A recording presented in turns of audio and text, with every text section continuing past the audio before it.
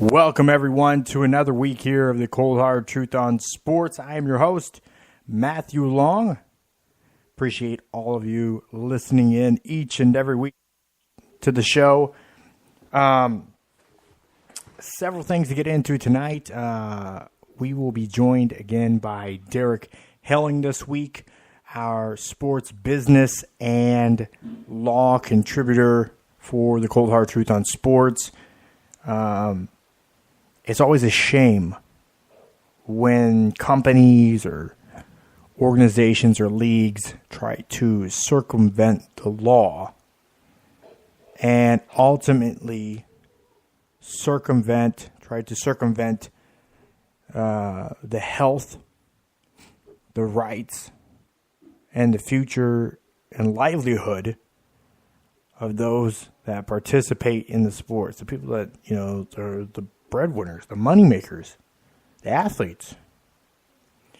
So he'll be on this evening at 9:30 to talk a bit more about that. So we did start the show a little late to this week. It got moved back a half hour. So don't be alarmed.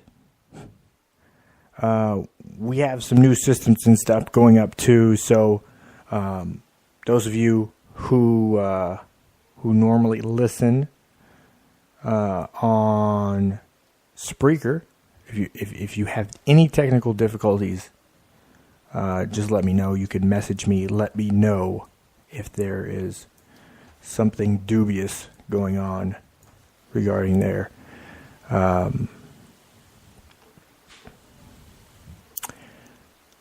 Okay, so I'm sorry. Again, it's a little bit new setup with the computer system and everything. I usually have split monitors, but again, a little bit new system setup, so I'm getting used to it. Bear with me here. So, but a great day today. We are in the midst of what's considered the legal tampering period for the NHL or of the NFL. I apologize for the NFL, and this, it hasn't always been the case to where they've been able to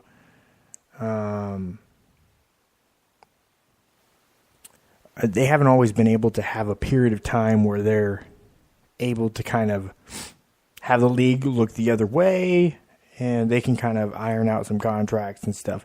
It's kind of one of those things that they more so created a rule because they don't have a way to effectively govern it. So that they created a rule to say, we'll look the other way on these days, It's a 42-hour period. So, as you know, 4 o'clock tomorrow will be New Year's. Confetti. Were those accurate? We don't have a soundboard for that. No. Now we'll work on the soundboard. So even it'll be the new league year. So everything that you're hearing it's going out, and I'll talk more about it tonight and explain to everyone where these athletes are going, kind of what their deals are looking like. I've been pretty quiet over the last couple days. I know I had a few people that, like I said last week, Kirk Cousins was most likely to go to Minnesota. And then a lot of stuff came out. Oh, it's going to be Denver. It looks like they're going to get... No. Even, I literally, when you have one team's, their scouts and front office people and stuff are like, yeah, he's going to Minnesota. It's not... It's kind of clear, Sources will divulge certain things to people. This type of year, it's tough because there's a lot of fool's gold out there. And it's not necessarily the case what they're telling you is the case, is the truth. You know, I've had more than one time, I've had sources give me misinformation because they know I'll share it. Certain information I'll share. Or they'll say, hey, yeah, you know, hey, I'm telling you this, you know, you don't have to cite me as a source, but I'm telling you this. You know, people tell, hey, this is what's going on. Just don't mention my name. But sometimes, you know, they'll float stuff out there, you know, to create some ripples in the market. And I mean, I always appreciate getting information, but no one likes the misinformation. You know what? Because it's, what was it? Who was it? Yeah, the baseball thing. Yeah, which baseball thing were you talking about? Yeah, I mean, there's been lots of baseball. Jose Bautista. Okay, yeah. Bautista is a good example. So, my source is telling me, not a Rays source, but a source is telling me that Jose Bautista was interested in playing for the Rays. And this is the range of where he would get paid. And a lot of people were upset, saying, oh, no, he'd just get a minor league deal. Or I don't think he would play under a minor league deal. But this is what he would, you know, $10 to $12 million a year. Probably for 2 or 3 years. Nothing strenuous. Probably like a 2-year deal, 1-year deal. And he would play for the Rays. That was kind of essentially what they said. Is what they would be looking at. And people were saying, no, it'd be a $1 or $2 million. It'd be, you know, he probably get signed on, you know, a minor league deal. Yeah. No, I'm not saying that at all. That can be your opinion, but again, I'm not attaching my opinion to what's going on. I was just reporting it. So when you hear things and I'm reporting it and it's not an opinion, you step back. Listen. This is why it's very important to listen to all of what people say. You know, I get a lot of people that want to argue with me about something I'm reporting. And it's not, again, I'm not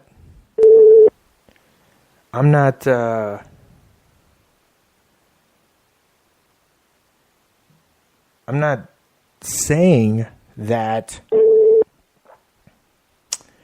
again, I'm not saying that you're right or you're wrong or anything to the sort. All I'm saying is this is what I'm reporting. This is what's being said.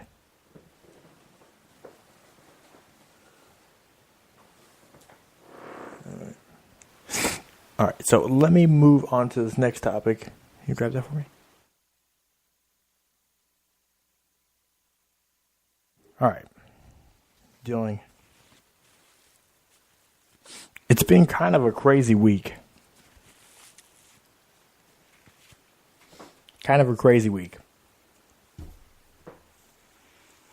And I'll do an update here shortly into the NHL with Derek Helling. And I will give you the information on what I have. I got like 20 text messages here. All coming in about various different things. So, but first, before we do that, I want to welcome in my co-host. He's the author of the P.K. Frazier novel series. He's also our lead contributor for the PGA and college athletics. He is Kevin Krest. How are you doing tonight, Kevin? I'm sorry I was late calling in. I was filling out tournament brackets on ESPN.com and frankly lost track of time, so I apologize for that. But no, it's all good. Yeah, it is March Madness for sure. So, and I would be heading to Dallas on Thursday. I will be at the Dallas Regional. Got some good teams there: Texas Tech, Florida, Miami. Some good games going on this weekend. So I'll be there watching those matchups. So that should be exciting.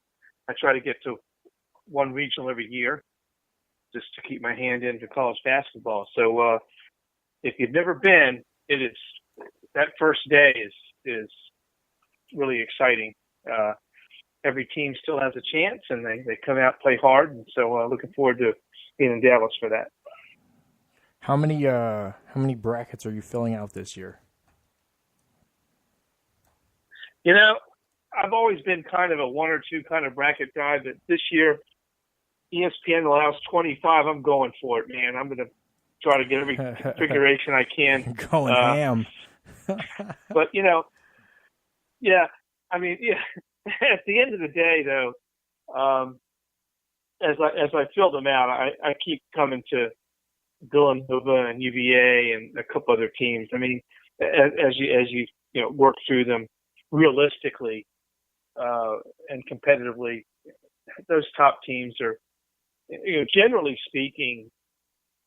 I know we love the upsets. We love to talk about the years where total chaos ensues, but anymore, those 1 and 2 seeds tend to get to the Final Four. You have an occasional blip in that, but when you look at the brackets this year, the cream's going to rise to the top. I mean, Arizona's a 4, which is probably a misseed a little bit. They're probably a better team than that. I think the NCAA punished them for the FBI investigation stuff. When you think about the fact that Tennessee's a 3 and Arizona's a 4, that makes no sense. It just doesn't.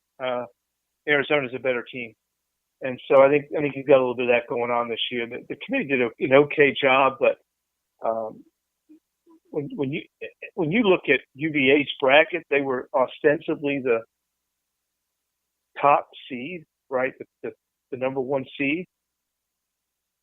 And in their bracket, they have Kentucky, Arizona,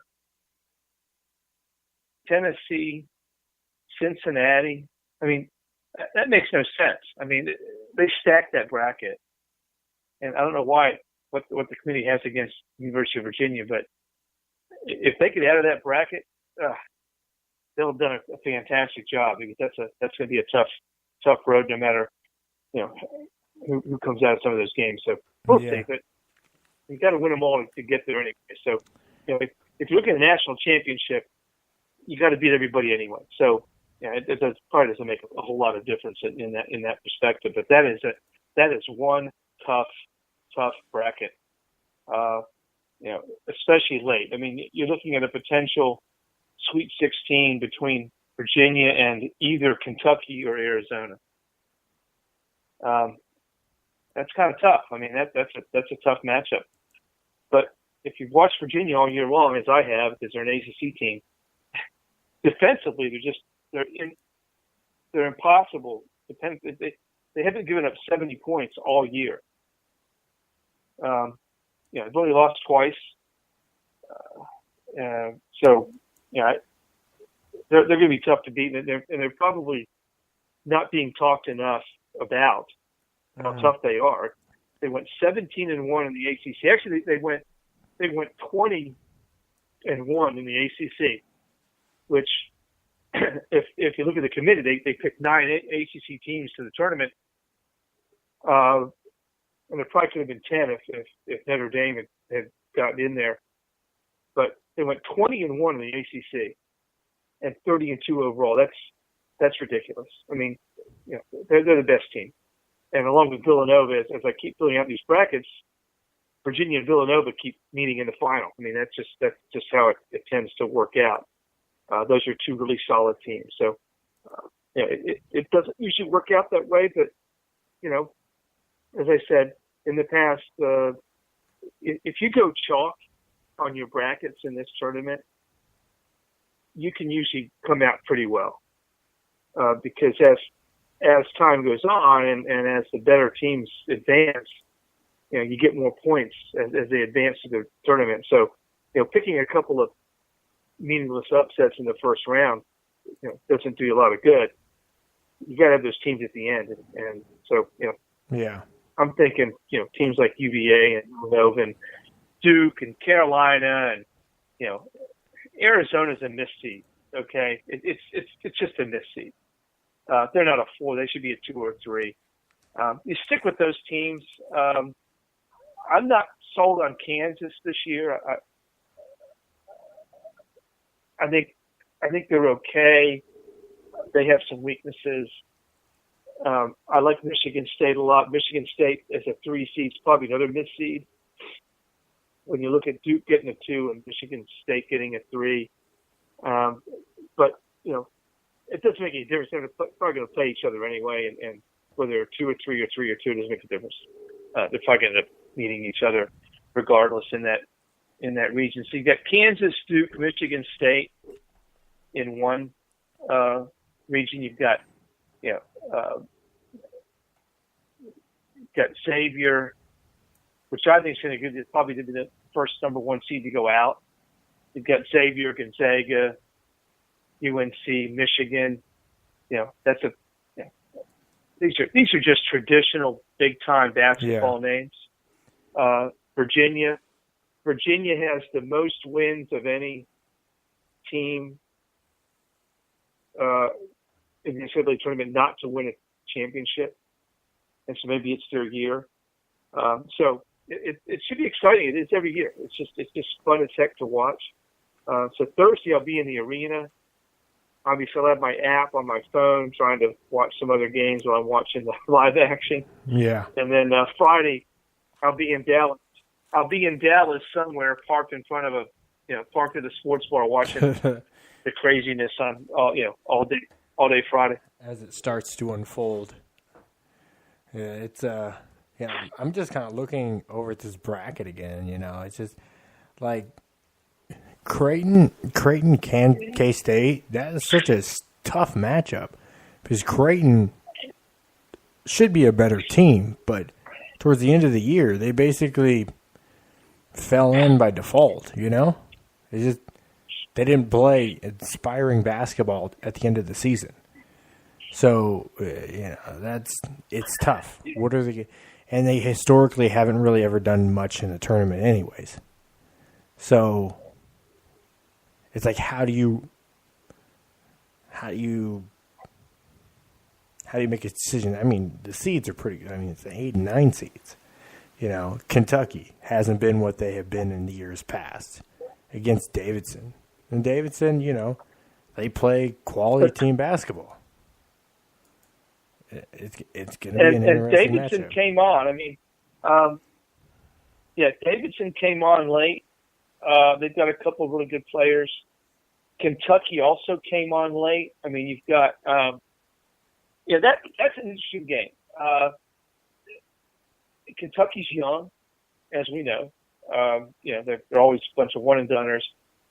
I was at the Kentucky-Arkansas game here in Fayetteville, where Arkansas went after an 11-0 lead, had a big lead in the first half, took a lead in the midway through the second half, and then Kentucky just flew the doors off of them.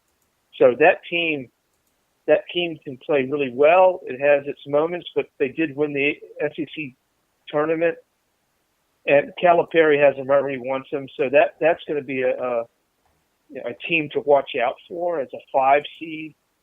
They're going to give Virginia fits, but Virginia's going to give them fits because no team in the SEC plays defense like UVA plays defense. And so Kentucky, Kentucky is looking at a second-round matchup against Arizona just to get to Virginia. So that region is just crazy stacked. I mean, you've got I'll tell you a team to watch out for. Loyola Chicago, who I will see on Thursday against Miami.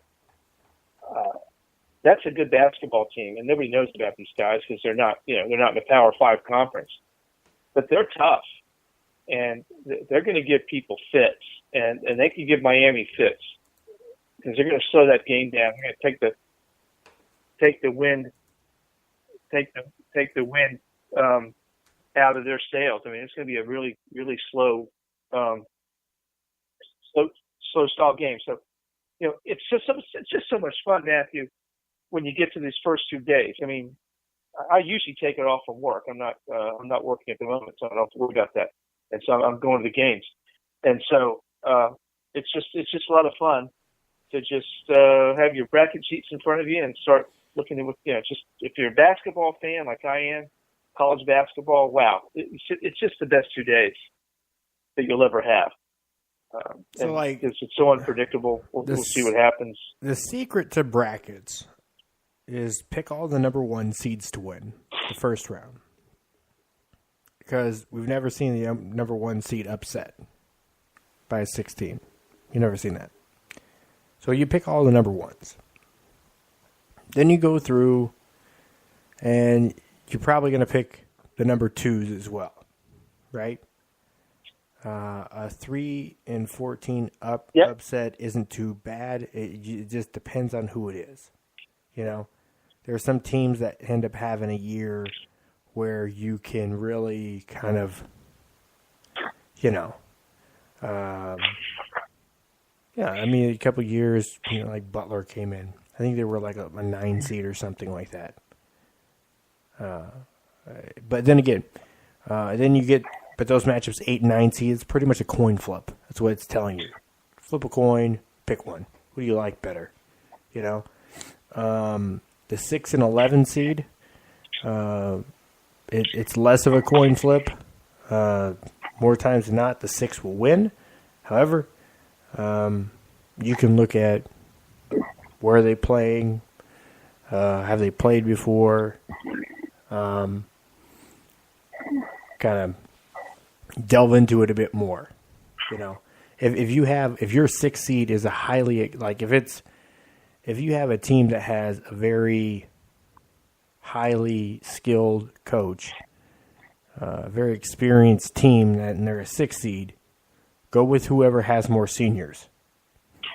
The older team, they have more experience. If it's a team that's in the tournament every year, go with that team. Go with the more experience over the team you don't know less about. And it's kind of the key. And I usually do fairly good. I'll usually fill out, 3 or 4 brackets to kind of cover some of the, some of the tough ones. Like I know for sure I'm going to have one bracket where Creighton wins and one bracket where K-State wins. I know that now. So, but I'm still, nonetheless, it's going to probably look Virginia and Arizona in, was that 16? 3-16? So, it's, some of them you can probably count on Cincinnati end up playing either Miami or Tennessee, in the Sweet 16. That wouldn't be unheard of. So, and normally once you get to the 16, the round of 16, you'll start to notice everything is like a 2 or a 6 or, you're not really seeing double-digit teams in the round of 6, in the round of 16. Because now all the lower seeds have been weeded out. Those at-large bids because they won a conference, You want the conference champions and those at-large bids that they gave everything they could give to get into the tournament, and now they're spent. That's where you see teams like Georgia State come in and just get railroaded by Cincy. So, but yeah, beginning of the tournament is probably part of the funnest time of watching March Madness, and we're gonna get a little more into that here later in the show. But we got our first guest of the evening. He is our sports business and law contributor, Derek Helling. How are you doing tonight, Derek? I'm doing well. How are you? Good. Do you have your bracket filled out? Yeah, I did so earlier today, and I am so far through the first four games looking good, but it's really early, so we'll see how that's usually through the round of 32. I usually do all right, but going forward is usually when things start imploding on me. Yeah, you're not a big Florida Gulf Coast guy, I guess, right? Not this, not this year, at least. Yeah. So, we were talking. You have an article out on Real Sports 101, and you have a video. Actually, it's a video blog as well. That'll be up. But essentially, I know it's really been big in the news over the last 5 years, really. CTE and football. And it's just kind of incumbents itself, like this cocoon around NFL, that they're not able to really escape from. It's CTE this, CTE that. I mean, even I put an article out earlier this year. The NFL has pledged significant, over $100 million into, $60 million into technology to help the players be more safe, and the other into like neurology. But the thing is, that's the NFL. There's some things on the psychology side I won't get into that's really missing out because a lot of these TBIs, which turn into CTE, traumatic brain injuries, that develop into CTE. There's a lot of components to it are related to PTSD. So there's a psychological component on how some of this can be treated to probably help dampen the effects and development of CTE through psychology, through therapy. But I won't get into all that. But essentially, what's kind of went under the table and really not talked much about is how the NHL has been trying to, for lack of better words, skating by on the topic of CTE. And you had an awesome article that you published out today of them skirting the rules to influence lawsuits. Again, this isn't something that's an isolated incident. It's something that's happened several times. No. Yeah. So can you kind of expound a bit more on the article? Yeah. The 150 plus former NHL players filed suit in a federal court in Minnesota almost 2 years ago now against the NHL, basically making the exact same allegations that the class of former NFL players made against the National Football League, that the NHL either knew or should have known about the link between head blows sustained while playing hockey and developing neurological diseases like CTE and in that vein, inform them of the risk. It's a pretty well established norm and legal responsibility of employers of all kinds in all kinds of industries in the United States of America and Canada, that they are responsible for letting employees know of possible health risks that they might encounter in course of working there. So professional sports are no exception to that. We can talk about how OSHA and the CDC and the DEA has pretty much looked the other way in a lot of regard in this. That's a conversation for another time. So that's the premise of the lawsuit. And just so people are the first time we saw, well, with OSHA, go ahead. Like, for example, I think some people are pretty familiar with OSHA, especially if you've ever worked in a factory or a warehouse. If you ever had chemicals, there's literally labels all over the place. Like you're driving on the interstate, and you see a yellow triangle with a flame, looks like a campfire. It's something that's flammable, and it has a number of how flammable, because being wary of it being flammable is enough. They want you to know how. If you breathe on this shit's blown up. Like they let you know how flammable. And any safety thing, any sort of safety stuff, there's rules and precautions like forklifts. If you're driving a forklift or fork truck or motorized cart, the forks have to be touching the ground, and it has to be turned off when you get off the vehicle. Or stop moving when you're not operating it. Those are just simple rules. And for the most part, in professional sports, OSHA has pretty much steered clear. I have never heard a story at all, ever, that OSHA was coming down on said organization, league, or association because of violating safety. There's a good reason why, and like I said, that could be another great good topic for conversation at some point.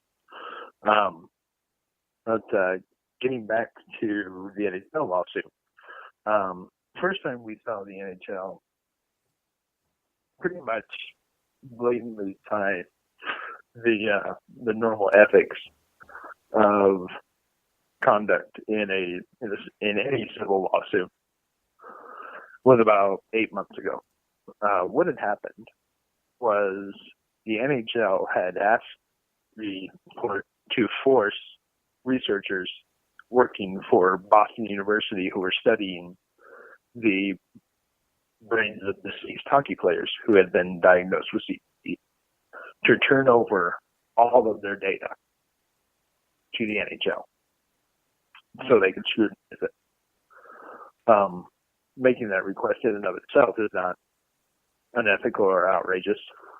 You can pretty much understand why the NHL would want that information.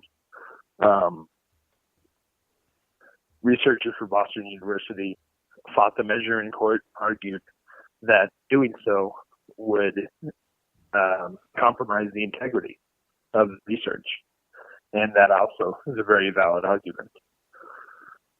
The court eventually sided with the researchers at Boston University on that matter of this lawsuit and gave them a good amount of leeway to limit the amount of information from the study that they turned over to the NHL, like allowing them to keep the identity of the subjects and authors, and a few other exemptions. And because the NHL lost the court dispute, as is a pretty common practice, the court ordered the NHL to cover the attorney fees that were incurred in the process of this by the Boston U researchers. The NHL, as you would imagine, took issue with that, and in a brief, arguing why it shouldn't have to cover the attorney fees for the BU researchers, pretty much blatantly lied to the court about correspondence between itself and the Boston U researchers. Mm-hmm. There were several lines of emails that were flat out omitted to create a different story and make it look like the Boston U researchers had made very different statements than they actually did. In the full text of the emails, that was exposed pretty quickly when the BU researchers submitted the entire text of the emails to the court, and the full tone and context of the text was made public. So that was the first time that we saw the NHL do something pretty unethical. And fast forward 8 months to this past week, we've seen the NHL once again push the boundaries to try to gain an upper hand in this lawsuit. What the NHL did this past week is the court had established word counts that neither side could exceed in its briefings to argue the point of where it's currently at is currently the two sides are jockeying over which expert testimonies on the matter at heart, which is whether or not the NHL is liable for the CTE damage that former players either have or will end up sustaining, because right now it's only possible to diagnose CTE in deceased persons, not living. We're working on that. I think the scientific community, more specifically, but currently the only way you can diagnose it is in a dead brain. But anyways, so the word count was imposed by the court. The counsel for the class of players has a vote by that word count, and last week the NHL just pretty much said we don't care and submit. And I mean, they didn't just exceed it by a few words, not even a few hundred words. They exceeded it by 11 entire reply briefs that were filed with the court. We're talking probably thousands of words that they not only exceeded the word count with, but had no words, but even didn't even petition the court for a special permission to submit these briefs. Just basically said, we're the NHL, we can do whatever we want. The rules don't apply to us. And went ahead and filed them. Of course, they were called out on this very quickly. I counsel for the plaintiffs. So far, they've taken no action to remedy that. So we're seeing a pattern of arrogance and large disregard for common ethical practice in the laws of the United States of America. So, what, if anything... Sarah, this is Kevin.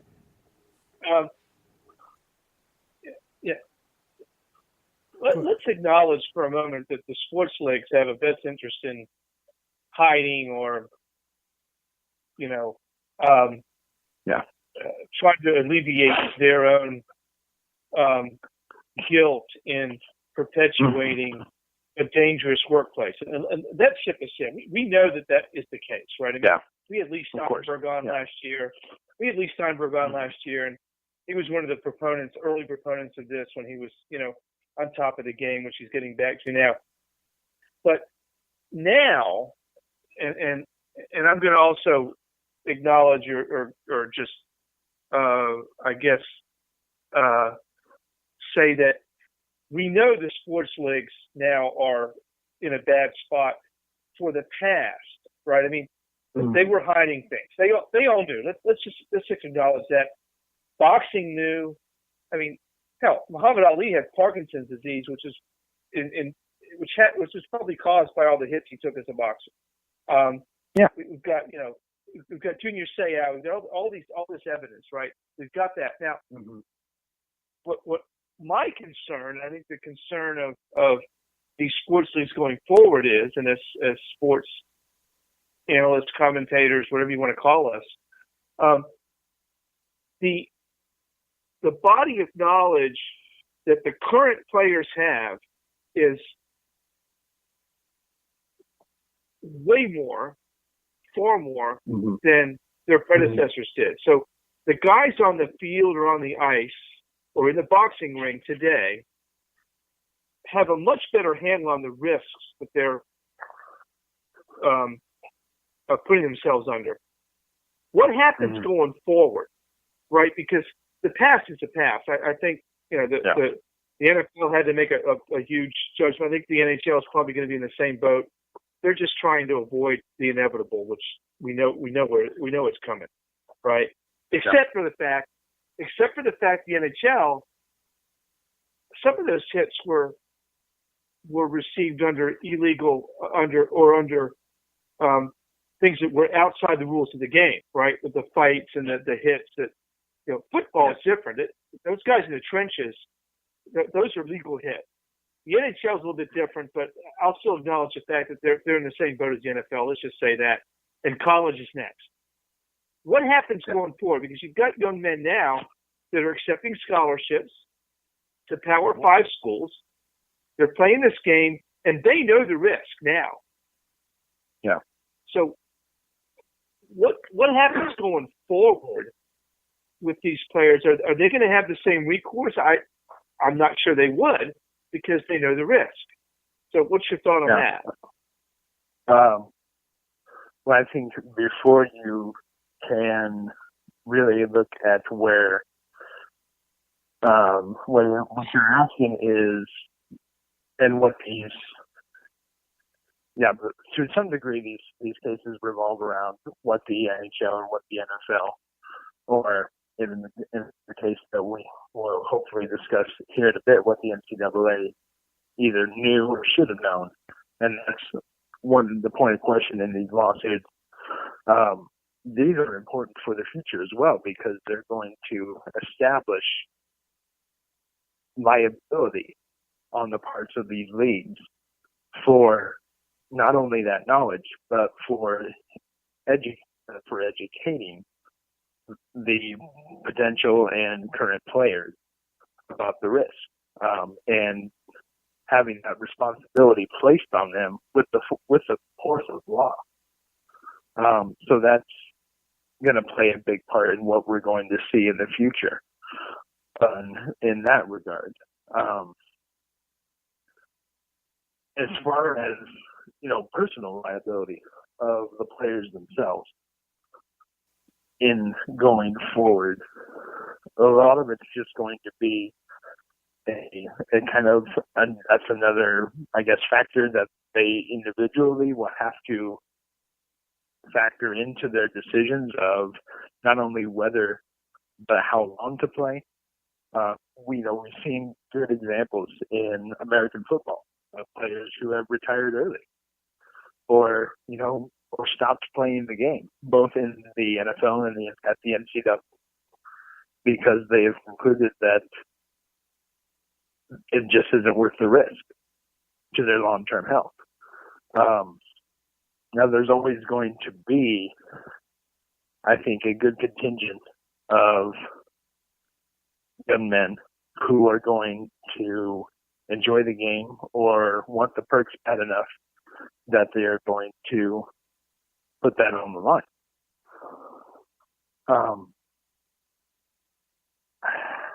But legally speaking, it's kind of murky water at this, how far that personal liability extends and where the liability on the part of the leagues and the teams begins.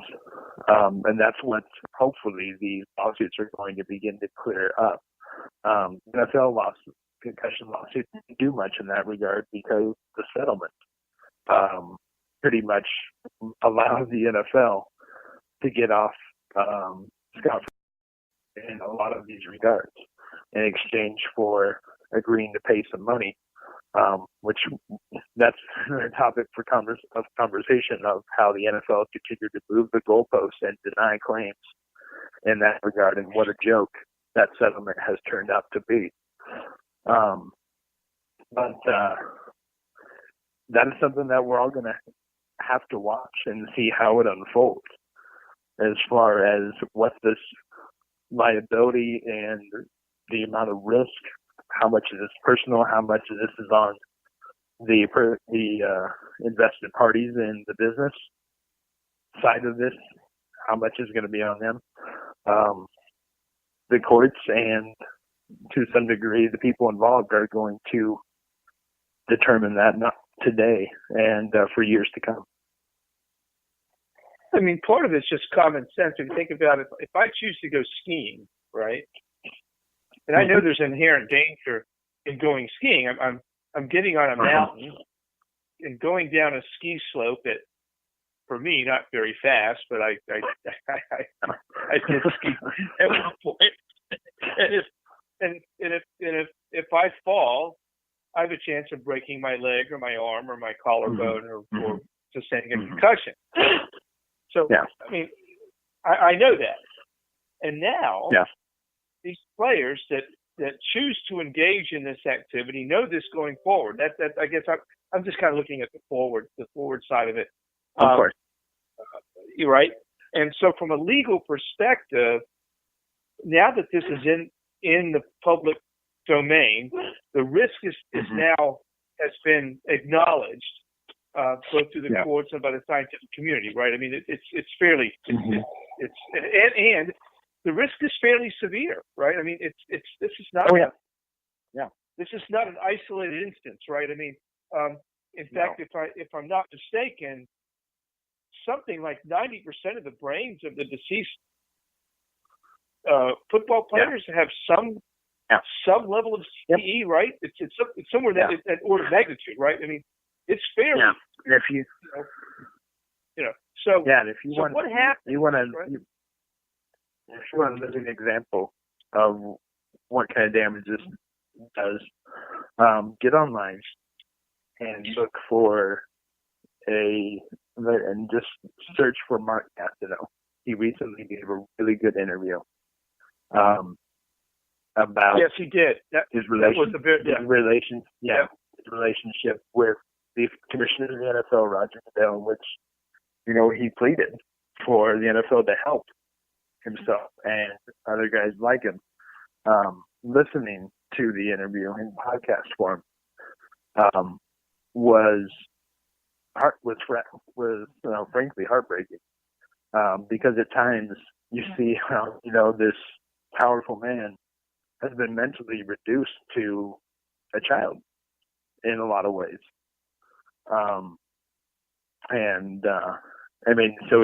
Then just mention that to highlight how serious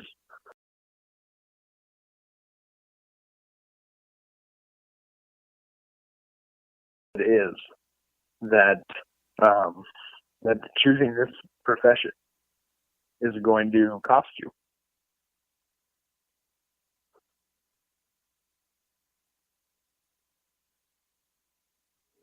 Now, looking at, I know. Well, and even worse than that, right? I mean, Aaron Hernandez murdered at least two people, so it goes beyond just the athletes themselves. I mean, but that really didn't have to do with CTE. It's not totally determined. Well, what's interesting about Aaron Hernandez is that he had, even for his young age, at an advanced stage of CTE, and so you don't know, right? I mean, was his violence? We don't know that. It's not. No. It's not. Yeah, determined about that, right? I mean, it's impossible because it's impossible to ever prove causation there. Right. You'll just never be able to do it. I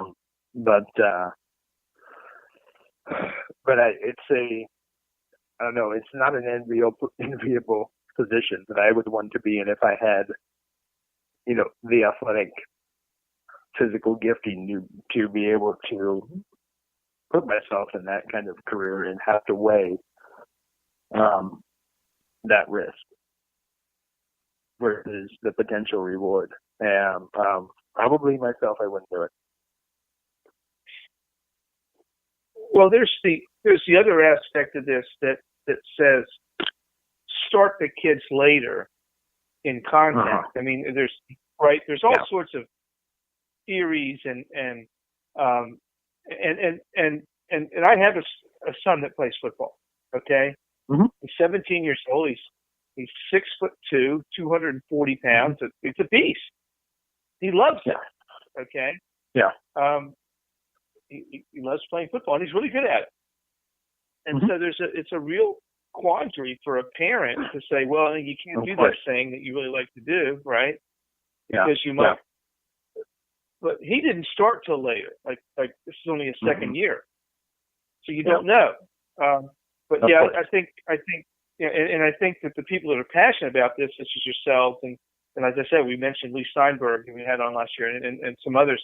I think it's you've got to figure out a way to kind of balance this, because it's a passionate spectator sport in the United States. I mean, I live. I'm in an SEC. I'm near Fayetteville, Arkansas, University of Arkansas, in the SEC. There's 78,000 fans every Saturday in the stadium watching these guys beat their brains out. Literally, right? Because we know now they are literally beating their brains out. And so I think it's a wonderful topic. I think it's a compelling point of discussion of can we perpetuate the sport more safely? It's not going to be totally safe, but how do we make it safer and still make it something people want to watch? That's a big question from my perspective anyway. Is how do we do that, right? And so I'm not sure that a lot of people are working on. Yeah. and I mean, you're looking at the legal aspect, the legal perspective, but just from the sports and entertainment and perspective. I mean, if football goes away, whether it's at the college or pro level, I mean, that's a fabric of our society. Not for everybody, but for a lot of people, right? It depends. Yes. But 106,000 people don't show up at the big house in Michigan because it's a boring thing, right? I mean, it's a lot of people to show up on a Saturday, and it's a big economic engine for many of these communities. And so I think I think that the NHL is unique in the sense that hockey doesn't have it's not driven financially by their TV package. It's driven by butts in the seats, right? That's the way it's yeah, I would agree. That they make more revenue off of that. Yeah. And football's opposite. I mean, when you college bowl games are basically a studio sport. Yeah. They play college games in front of empty stadiums, but the TV rights, ESPN basically owns the bowl games, right? And they own them, and they sell broadcasting rights because it's a studio sport. Yeah. And so I would argue that the NHL and the NFL have very different business model, and therefore very different ways you have to deal with this particular issue. I'm not sure what, from a legal perspective. I mean, but So the NFL said, "Okay, we'll just pay a gobs of money and let it go away," which they did. Which is what the NFL is really good at, by the way. Whether it's Jerry Jones or whether it's CTE or whatever, they're very effective at doing that. The NHL, because they don't have that kind of experience in dealing on a national, international level with broadcast, they've kind of bungled this, right? From what I mean, they did not hit. Yeah, I think it's very intentionally. Yeah. Yeah. I mean, I wouldn't you characterize it as making mistakes. I would say it's pretty blatant disregard for the rules. Yeah. Now, and so we'll see where that goes from the. I agree with you. When that NHL lawsuit came out 2 years ago, it kind of was like right? I mean, people don't pay a lot of attention to that, but that was a big deal. Of course. Mm-hmm. And it still is, because it's not settled yet, right? That thing's not. No. Yeah. Far from. And that's just it. I mean, the NFL has gotten the brunt of it. They've been the biggest. They've been the biggest whale in the room. So just I don't know. Pick whatever phrase you want to add in there. Mm-hmm. But it's obviously NHL, and they've tried to curtail it to where, people aren't talking about it. But even more so, the NCAA has its own set of cases that are coming in. Now, I've gotten numerous solicitations because I played college. I'm assuming it's because I played college sports. Is that they want me to let them know if I got injured from contact. I played college basketball. I didn't play college football. Of course. So, but anyways, I was involved with the NCAA or in JCAA, so they contacted me. And I followed a lot of this stuff, too. Hey, Matthew, was that from hitting your head on the rim when you were jumping up to dunk it? Is that where you got the... No, I've never hit my head on the rim. I did dislocate my kneecap because I thought it would be the right thing to do to cock the ball way back like LeBron and try to throw it down, which I made the dunk. My finger got kind of hung up on the rim. I landed wrong and dislocated my kneecap. Oh, no. Yeah. It's kind of a crazy thing to dislocate a kneecap because my knee wouldn't straighten out, and I knew I was like, why is it all tight? Why won't it straighten out? And then you sit down and remove your shorts from where it feels tight and will not bend, and then you see your kneecap is on the side of your knee. It's kind of like, well, that's not right. We should call somebody about this because I don't think I can walk there. So, and I was good until they put it back in place in the hospital. I was good until that moment. And in that moment, it hurt. But before that, I believe it. I was good. Fine. So, and I didn't tear or, have any complete tears of any sort of other ligaments or anything like that, ACL, MCL, anything like that. It was just kind of moved it. I got lucky, I guess. I get lucky. But if I drive a lot, it bothers me. That knee bothers me. If I drive a lot. So, I don't know. You don't have anything where you can tell whether or not it's going to rain? No, see that's Kevin. That's with the metal plate in his head. He can pick up XM radio and tell you when a bad storm is coming. So no, that's me. I'm a walking barometer. Nice. I know when it's going to rain. I know when it's going to be snowing. I know when it's going to be colder. Yeah, my body. I know that. Okay. Why Why haven't you marketed that? Are you marketing it? What, the walking barometer thing? Yeah, absolutely. I'd be selling that everywhere. Yeah. Yeah, I probably should. There's the Weather Channel, right? Just call me. Yeah, and absolutely. I'll let you know. Yeah. I'll be able to tell you that. My wife's like, how are your knees today? I'm like, my knees hurt. She goes, oh gosh, I'm gonna take my raincoat. That's what it's good for. She enjoys that. I can make her life easier without having to worry about. You gotta have some reason for her to stick around. So yeah. Yeah, I would like her to do that, and as long as my knees continue to tell her that what the weather's gonna be like, that's a good thing. Absolutely. So where do you see this going? The NHL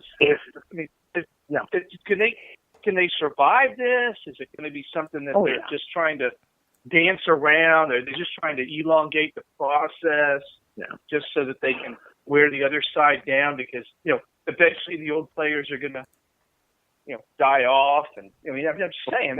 How long could this go on? I think my guess is eventually it's going to end in a settlement similar to how the NFL case ended. I hope for the plaintiff's sake that the council does a better job in negotiating that settlement than the NFL class of players council did, because they got hosed. They really did. So I hope that it's a lot better deal than the NFL players got. How long that's going to take and how much that's going to be will remain to be seen. For me, what I'm most interested in is when the NFL settled their case, they didn't have to admit any wrongdoing. The settlement did not cover CTE conveniently for the NFL. And so those are kind of the two areas that I'm going to be most interested to see when this thing settles, is whether or not the NHL admits that it knew and didn't share the information, or that it should have known. And ask Ray Rice. Settlement will cover CTE. They couldn't find the videotapes. That's what it is. Yeah. But the difference is, though, the NFL makes gobs of money, and I know that's not a technical term. They make gobs of money. They're so flush with money, it's unbelievable, right? The NHL isn't quite the same. The owners are not in quite the same situation financially as the NFL owners are. And in fact, if I'm not mistaken, and Matthew, I think you and I had a conversation about this last year. I think it was hockey and baseball. A third of the franchise don't even make any money in hockey, and so they're in a different financial situation than the NFL was. And so I don't know how that plays into that. Can you speak to that a little bit? If the NHL just doesn't have the money, how does that work? The settlement is not going to be anywhere near as big as the NFL's was at first reported to be in its dollar amount. Once again, because of the old saying that you can't bleed a rock or a potato. The money isn't there. You can't have what doesn't exist. So I guess for me, probably the bigger things, as I've already mentioned, I'm going to be watching are what the NHL has to agree to as part of the settlement, and whether or not that's going to cover CTE in whatever payments are made to the plaintiffs. Did the NHL really know about this that long ago or not? My feeling that the NHL and that hockey is that no one involved is quite that astute. I'm a hockey fan. I love it. So the NFL was on top of this a long time ago. They knew about this. We know that, right? We know that. Yeah. But was hockey that clued in to the state of their players? Were they really? I mean, I'm just curious to know what the evidence bears out. That's where the important part of the phrase "should have known" comes into play. Is if the plaintiffs are able to substantiate their case that the body of knowledge existed, then they can argue from that the NHL, as a league and the teams therein, should have availed themselves of that, and that was their responsibility. And there's a pretty strong precedent in labor law and here in this country that would support that argument. So they're screwed either way. Either they're hiding it, or they were stupid. Right? I mean, that's what it boils down to, right? Is it either you knew about it and you hid it, or you were dumb enough not to have known about it, but you should have known about it, and that's what that boils down to, right? Okay. Yep. So the cluelessness probably is where they were. They just didn't pay attention. And when it comes to this, ignorance is no excuse. Okay. When we're talking about risk for employees in a workplace. Oh, and don't get me wrong, Gary Bettman, the commissioner of the NHL, for many years was full of ignorance. I mean, they just did dumb things. I mean, right? They did dumb business things. They did dumb things on the ice. They did dumb rules changes. They did lots of dumb things, and I think this probably just falls into that category of being dumb. It's a sport that is just time after time after time has shot themselves in the foot, including as recently as 2 weeks ago, not sending their athletes to the Olympics. I mean, here's a sport that's trying to gain footing as a national basis with a broadcasting contract, which right now is buried under NBCSN, which is, and they choose not to participate in the Olympics, which gives them the best platform of all to demonstrate the artistry of their sport, and they choose not to. So, it doesn't surprise me that they stub their toe once again in a legal perspective. I mean, it doesn't surprise me whatsoever. Right? No. Right. I mean, when you compare them to the other Big Four sports leagues, they don't compare from a business perspective. The NFL is a model. Major League Baseball has done a very good job the last 10 years, and the NBA is on fire. And Adam Silver's doing a great job, but they don't have the same issues. There's no contact. Well, there's no head contact in the NBA, but they've done a great job. They're maximizing their stars, and the NHL's just done a lousy job. Alex Ovechkin last night for the Washington Capitals scored the 600th goal, which he's the 20th guy to score 600 goals. Puts him up there in a very elite category, and it's like it didn't happen. And crickets. Why aren't we celebrating these guys, right? Yeah, I'm with you.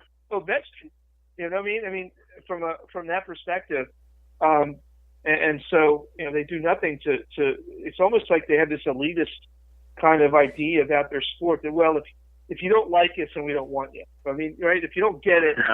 I'm not going to try to. If you don't get it, I'm not trying to sell you on it. I'm just, either you get it or you don't get it, which is kind of crazy, right? So anyway, this kind of fits from a macro perspective into their whole philosophy. They haven't addressed this. They're not going to address it. It sounds like it's going to take some time, and they're just screwing up. Is that your perspective as well? Are they screwing up? Yeah, I mean, obviously. The word count, like in this regard from this last week, the word count's pretty clear and solid. It's right there in black and white. Hey, this is it. This is all you can have. And then they're like, okay, we're going to go up to that, and then 2 weeks later, we're going to submit these 11 new briefs and just act like the word count doesn't exist. When that's just as much a part of the law as any other part of this trial. Yeah, I mean, it's a pretty good example of what you're talking about. Well, I think it demonstrates an arrogance on the part of the owners. Mm-hmm. The owners of these franchises. I mean, so you have roughly 125 Big Four franchises in the U.S. and mm-hmm. Canada. Mm-hmm. Okay, that's a pretty damn elite group. Their arrogance is unbelievable. I mean, these guys operate at a level so far beyond the rest of us, and hell, that's a more elite group than Congress. That's a more elite group than Fortune 500 CEOs. That's a more elite group, frankly, than world leaders, right? I mean, it's the most elite group in the world for the most part. Okay, it's smaller than the United Nations. And they know it, and they act like it, and they behave in that way, and they have money, they have prominence, they have franchises that are worth. I mean, okay, the Dallas Cowboys are now worth, at last take, $4 billion. Now that includes the stadium, that includes but still, $4 billion. Yeah. And Jerry Jones bought that, if I'm not mistaken, for somewhere near $400 million. Yeah. Okay. So these guys, and they're all seeing this. I mean, they're all seeing these incredible, increases in the value of the franchises.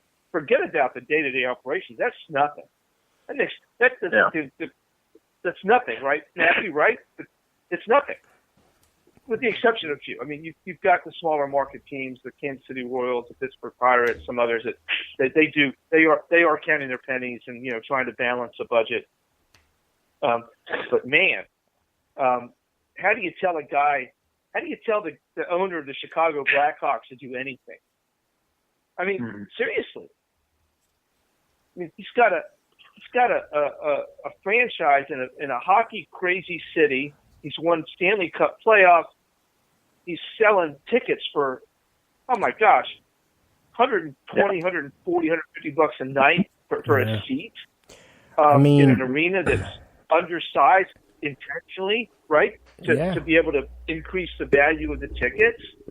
He's got he doesn't have a national, he has a local radio and TV broadcast package that's probably worth millions. How do you tell the guy? How do you tell the guy what to do?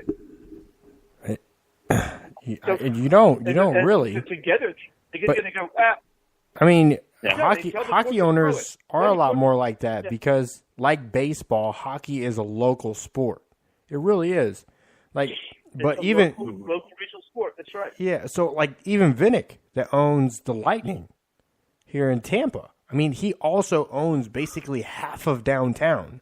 Literally, he owns Channelside. He owns. That's true. Owns literally half the real estate downtown.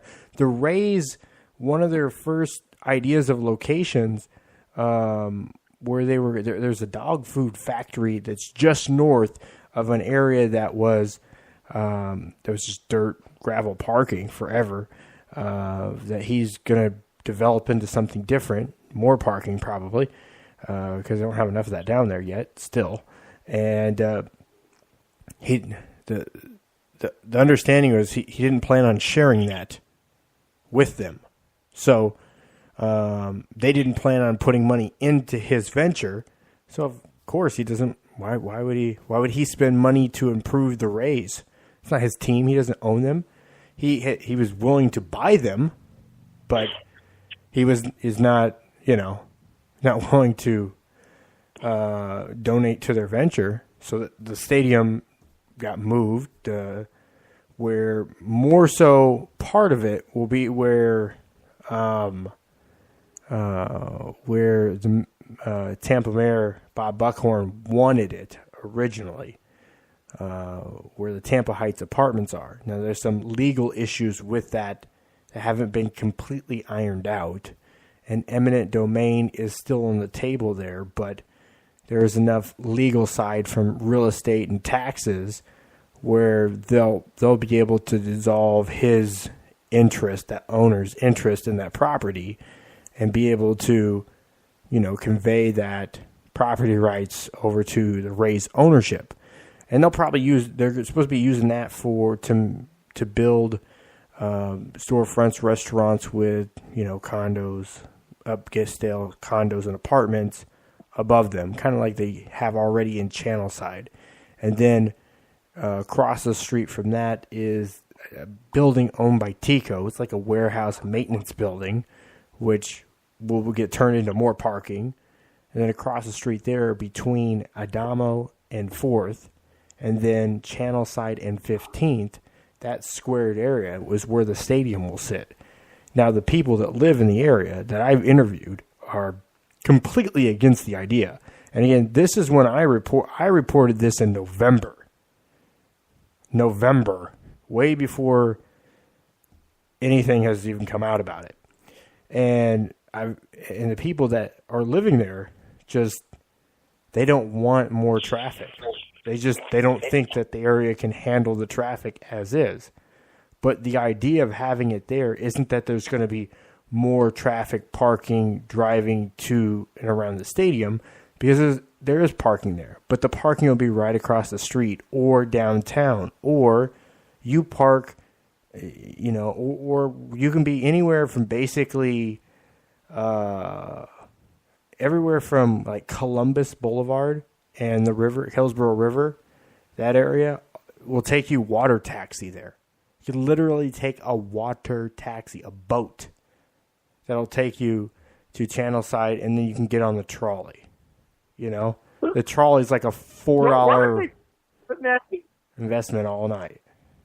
Matthew, why aren't they putting that stadium out at I-4 and I-75 where it makes it a regional team? Why don't they do that? No, because it makes no sense to me that they don't put the. Because what they want to do is they've been working on building up the infrastructure and the attraction to downtown Tampa and Ybor. Now, what's in between there is Tampa Heights, and they're trying to connect the two to build more into it, to build more up. Now, a lot of apartments and condos and stuff are going up. Things are going up there, but they're trying to find places with the Rays. No, the Rays aren't going off 75 over the fairgrounds area because that's too far away from there.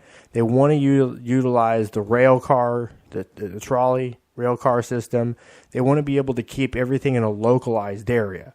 So this way, if you can literally, leave one area, go directly.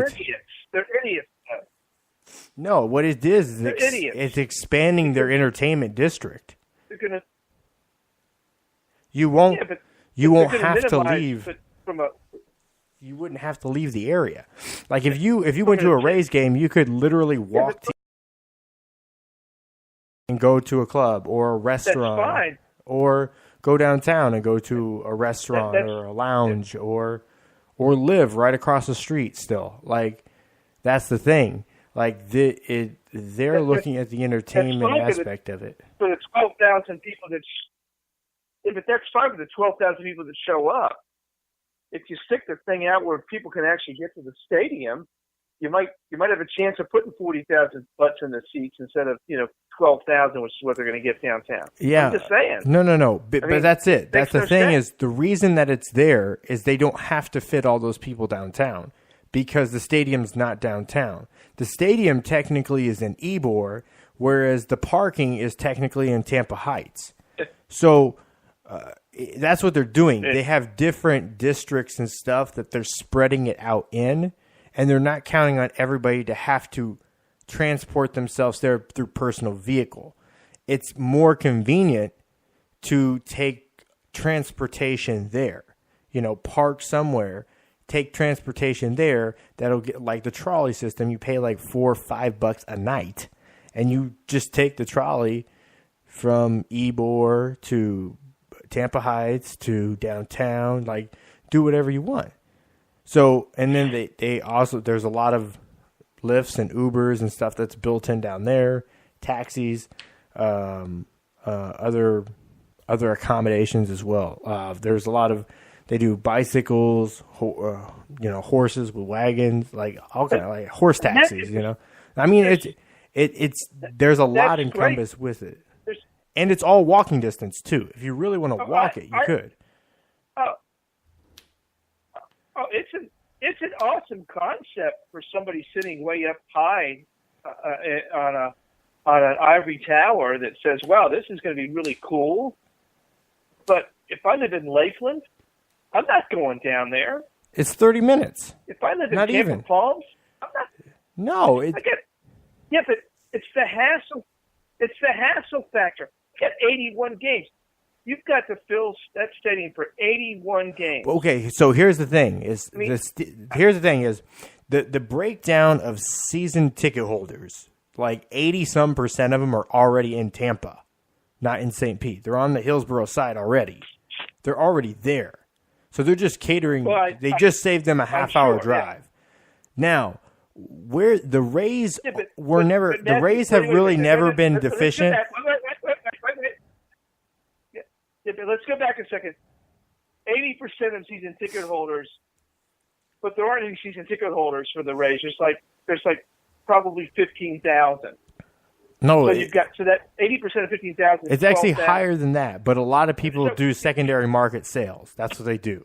So they get a lot of season ticket holders that are fans, but they do a lot of retail sales because they're not going. They don't want to drive to St. Pete 35, 40 minutes to go to a game. Right. To see, the $30 million ball club, button steel bases. I wish them success. I hope that it's successful because I lived in Tampa for a long time. It is better getting it in Hillsborough rather than on the other side of the water. So they're making improvement. I wish them success. Downtown stadiums can be successful. The Pittsburgh Pirates have been fairly successful, but they built a small one. But the Pirates have a long history there in Pittsburgh. I'm very familiar with that. I have family there. But wow, Okay, so when you look at that region, here's been the I issue. I wish it success. I hope it works. Here's the issue. Because everybody keeps saying their fans don't show. The fans don't show. It hasn't been a fan issue. It really hasn't. The media keeps saying their fans don't show. It hasn't been a fan issue. The revenue come from it. It's supposed to be a 2/3, 1/3 split. 2/3 corporate, group seating, box seating, stuff like that. Major money purchases. 1/3 fans. Now, that 1/3 that's supposed to be the fans has been consumed by the fans more than the 1/3 that they needed to consume. But it's actually the backwards. It's actually 2/3 fans and 1/3 corporate. And that's the thing is that they don't have enough corporate or business interest in St. Pete or downtown St. Pete to really draw them in. Even Valspar is just down the road. It's just down the road, but they're still not investing into. They're still not investing into. Totally agree. Yeah, so that's the thing. It's like where Tampa has all the banks downtown. People could literally go over on a lunch and watch a few innings and then go back to work, or they could get the off at 2:30 crowd off at 2 or 3 crowd to get over, have some beers, drinks, and then watch the 7:05 start. Because they usually start at 7:05. Yeah, so then they should make sure that that you've got they should when they build the stadium they should probably bulk up on the suites, right? Because that's how you get that corporate revenue. Right? That is the idea. Yes. So, and then there's a couple concepts that keep getting batted around. One, some people want a retractable dome, but now they've seen kind of what Minnesota has provided to the Vikings, and it's an all glass ceiling. It's open. It looks like an open air stadium, but it isn't. It's a dome. So where they can still get all the light and everything they could have real, like, I think Minnesota could have real grass if they wanted. It's AstroTurf, I believe. It's the new style turf, not AstroTurf. But they could have real grass if they wanted to because it gets enough sunlight.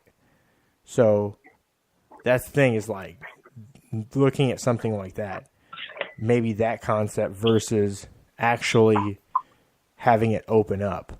Because having it exposed to the elements in Florida in any time of the year really is not beneficial. Because it's probably going to be humid since you're right by the bay, and it's probably going to be hot because thunderstorms.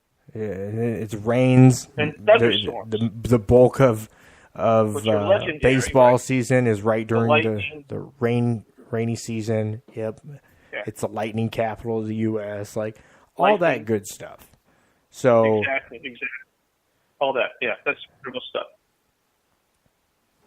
Well, I wish them success. I hope they made the right economic decision. I'm just saying from a fan's perspective, and having lived there, that if you stick that thing out where it makes it more of a regional team, but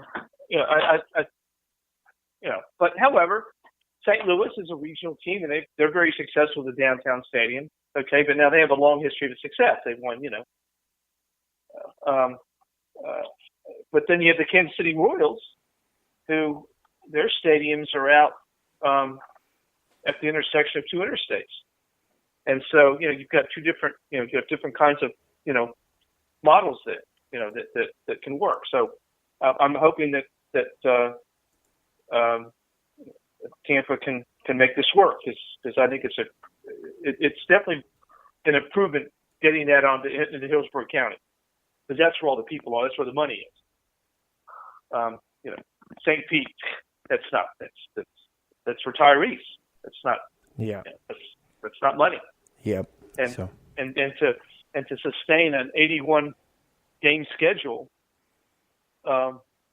with that many butts in the seats, you have to have a pretty good business model, and it's a pretty good sustainable product and market base. It's tough. Absolutely. I've often thought they should have combined Miami and Tampa into one franchise and moved it somewhere, else in Florida. Somewhere else. So you would just put it in Tampa, put it outside of Tampa where you can get a regional team, or So take the Miami's team got their own problems that they don't want to drive 35 minutes to and put it 35 minutes outside of Tampa. Am I getting that proposal correctly?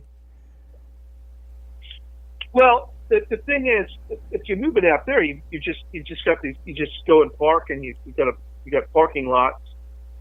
So the baseball culture, the baseball culture in Florida is high school and Grapefruit League.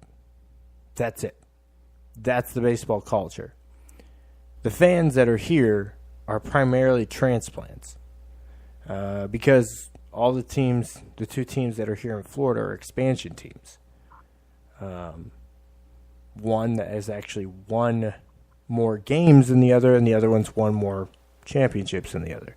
But still, nonetheless, they're expansion teams. That's part of the tough part of it.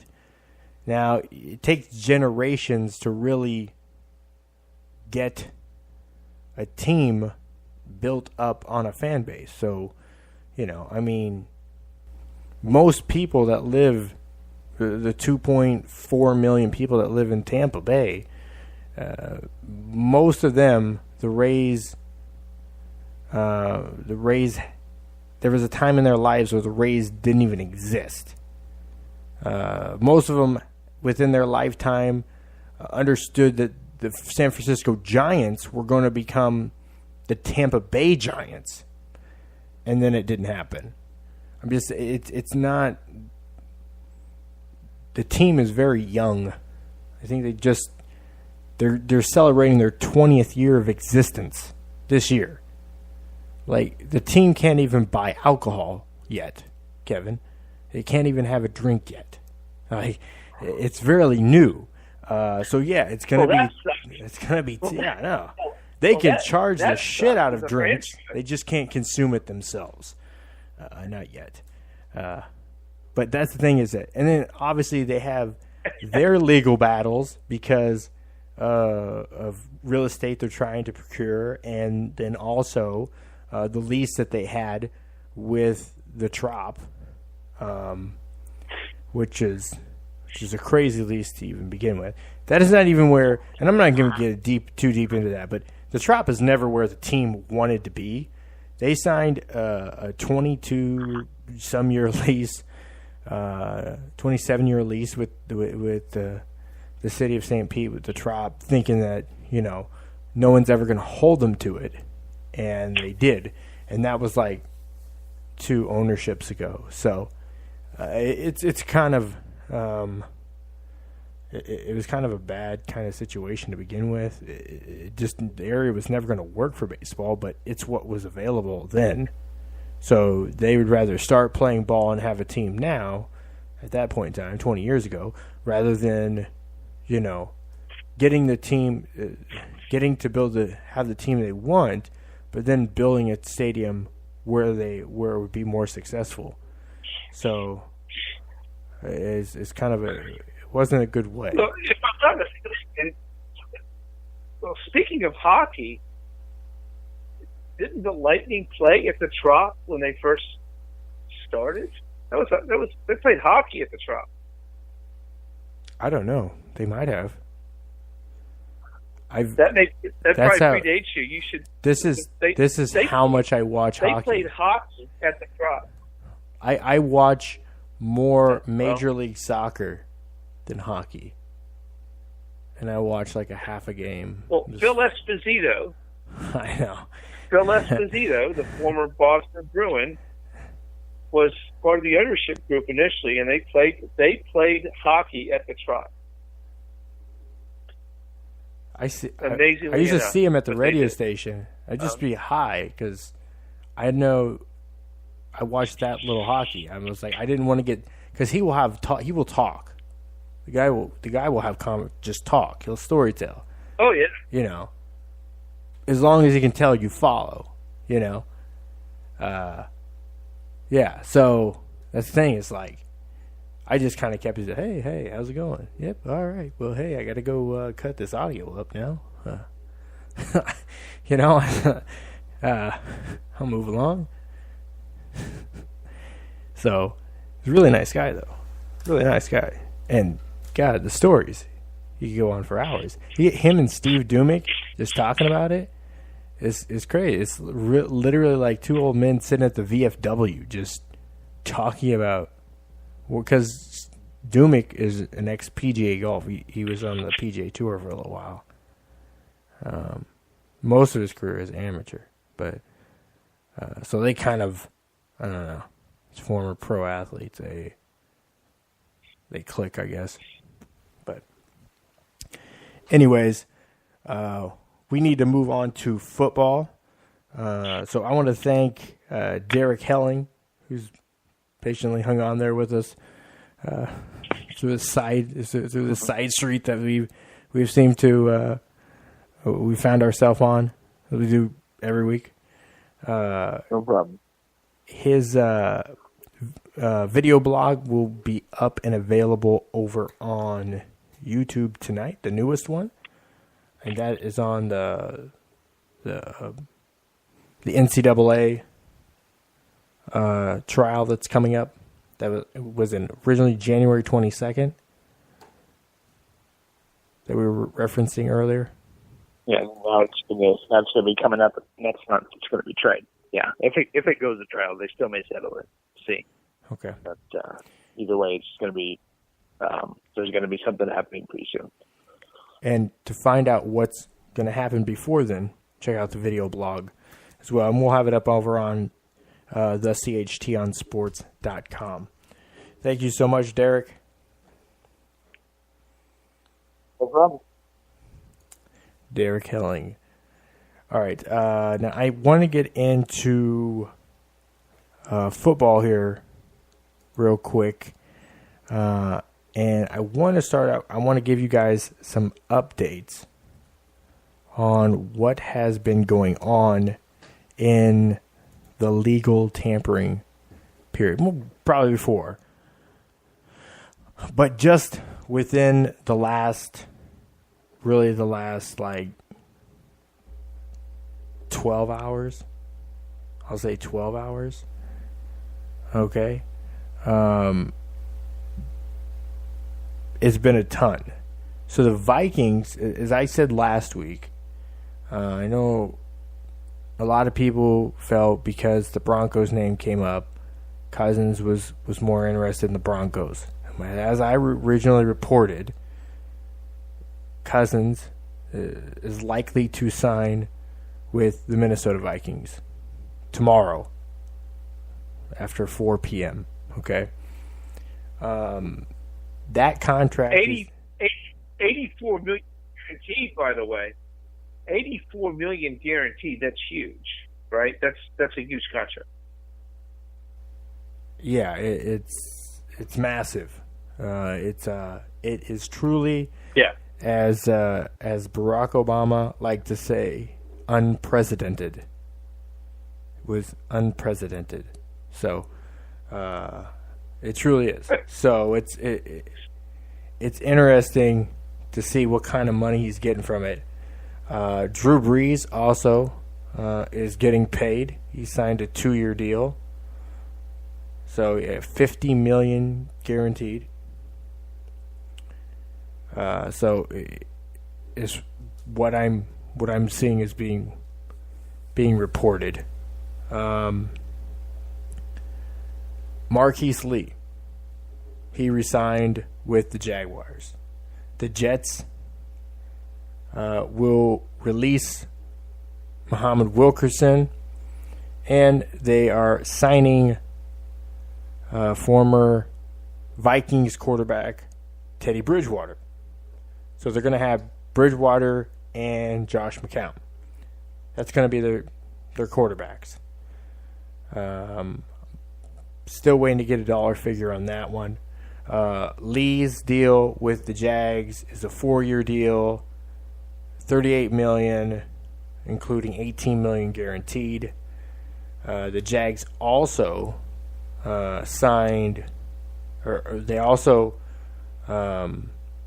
they lost Aaron Colvin, their cornerback, to the Texans, who ended up signing for a 4-year deal to shore up that secondary. This has been a crazy year. Really kind of fun to watch. With all the guys that have been released, like Ndamukong Suh will be released most likely before 4 p.m. tomorrow, officially. And then the Packers, who up until this year haven't been active, from what I understand, are very interested in signing Muhammad Wilkerson, and they'll be in the process of signing Jimmy Graham, which would be a huge move. So bringing in Jimmy Graham and Muhammad Wilkerson, so you're affecting two key components for that team. The Bears, they signed Taylor Gabriel. Obviously, they need help at wide receiver. They signed him to a 4-year deal. And then their former quarterback, Mike Glennon, who they signed to a 3-year deal, who they cut after 1, because they really only were tied to him for 1 and a part of a year. From what I understand, he is probably one of the top looks right now in Arizona. So they're very interested in him. Green Bay cut Jordy Nelson, and from what I understand is him and his people are in conversation with the Oakland Raiders.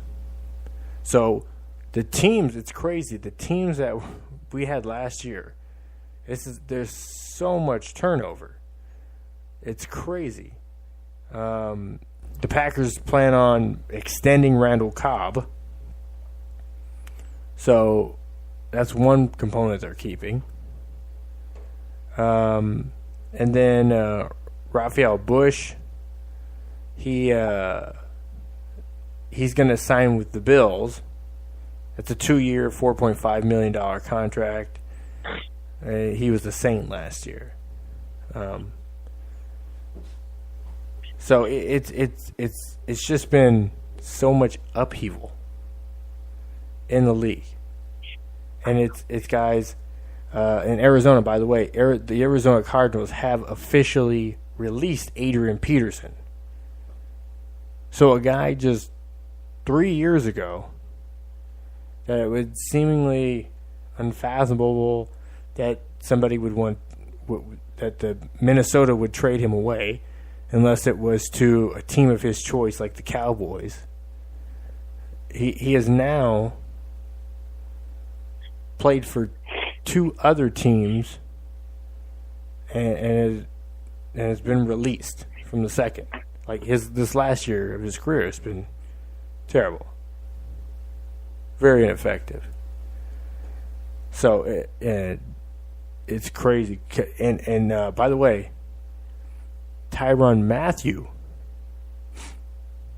defensive back for Arizona, likely to be released by 4 o'clock tomorrow.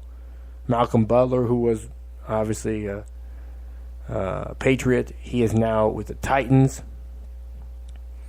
He signed a sizable $61 million deal. It's a 5-year, $61 million with $30 million guaranteed, and he's joined. But Matthew, AP's 32 years old. So, yeah. I mean, 32-year-old running backs in the NFL these days, they're like prehistoric animals. They just don't. There's nothing left, right? I mean, that's really old. I mean, it didn't used to be old, but it's So for Peterson to be pretty much done, he's a guy that we thought would maybe break that mold and be able to play longer because he was so stellar. But boy, once they start to diminish as running backs, it happens fast. I mean, it goes downhill in a hurry, and Peterson's just the latest example of that. I mean, you just don't see those guys, out there running the football at age 35 anymore. And it doesn't surprise me that they've released him. And I doubt he gets picked up. That's an old.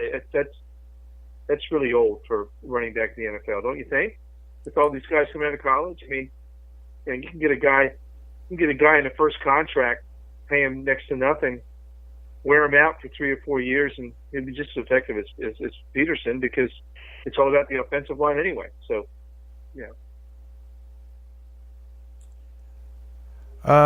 it depends. See, Adrian Peterson's problem is he doesn't block. He doesn't like to catch much. He just wants to run. Right. But on the other hand, Dion Lewis, who's 27, just a couple years younger.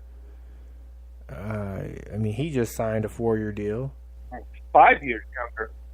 5 years younger. Yeah, a few. But he's 5 years younger. But he just signed a 4-year deal. Him to 31. Yeah. That takes him over the age right of 30. That AP. I mean,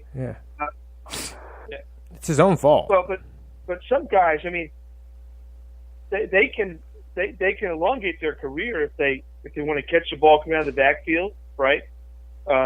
Minimize the hits, block a little bit more. But that's not Peterson, right? He's a line up, give him the ball, and he just plows him over. So all those hits cumulatively and the injuries take their toll. I mean, listen, AP's made lots of money in his 10 years in the NFL. He should be fine.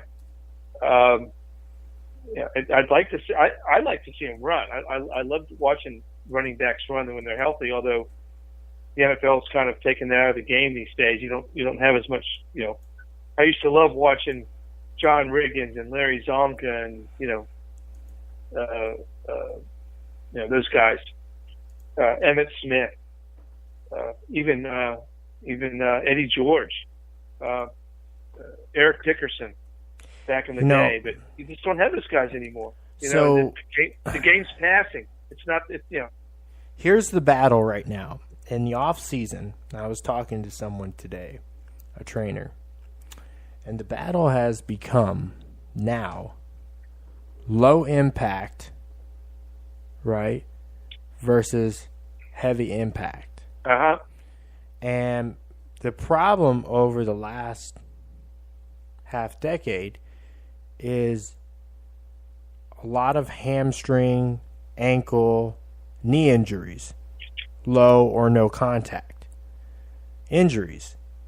And what they're seeing is, and what he's understand, the research has said that the low impact injuries are coming because they're not doing high impact drills and training in the off season.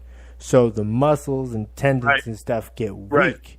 Like your and also with the training, a lot of guys, when you train your legs, you're using quads. It's the biggest muscle in your body. So you stand up, you're using your quads, You kick, you're using your quads. You jump, you're using your quads. So what's used most are the quads.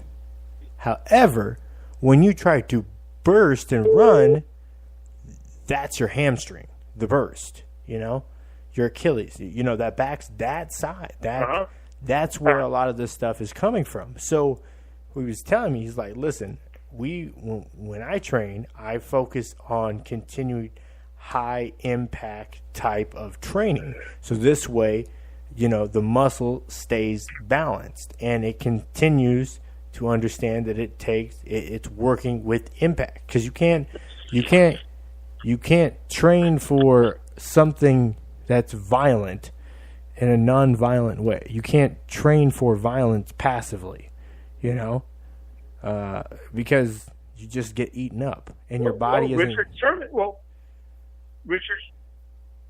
Richard Sherman for the Seahawks had surgery on both his Achilles last year, right? The Seahawks just released one it yesterday. Yeah. Or last week. It was just one. Friday. And so that's a good example of that, right? Yeah. No, he had surgery on both Achilles last year. He had example of that, right? No, he had two surgeries on the same Achilles. He had a surgery done, and then they went back in and they did a cleanup. So he had two surgeries on the same Achilles. That's what it was. But the thing is, with the Achilles injury, is usually the athlete never gets the same speed and burst that they had after that. So it came down to a few things. Obviously, the Seahawks say that we allow our athletes to speak out, have a brand, be a voice for something. They do, but he's become. Matthew. He had surgery on both Achilles, left and right, last year. He had a procedure on his left. He had surgery on his right. He had both Achilles tendons injured last year, and so that's testimony to what you said about the non-impact. You take a cornerback like that, and they have no training, they have no impact, they have no contact drills, and they get into a game, and that's vulnerable, right? Because it's not trained. That part of the body hasn't been developed and trained for the contact. I totally agree. I mean, it's a problem the NFL has, but I think they've diminished the game. They took all the contact out of the practice. The first 3 weeks of the season are abysmal because the guys can't, they haven't hit. in 7 months or 8 months. It's terrible. Yeah. And it's exposing the guys to injuries as well, which I think is not in the best interest of the league. But now here's the battle part. Now Brady's TB12 method is no high impact. It's low impact and elasticity. So it's like the most you use is like rubber bands, for resistance. You don't actually use your body weight. 90 seconds. You don't actually use any sort of weights. But I mean, but he's again, a quarterback.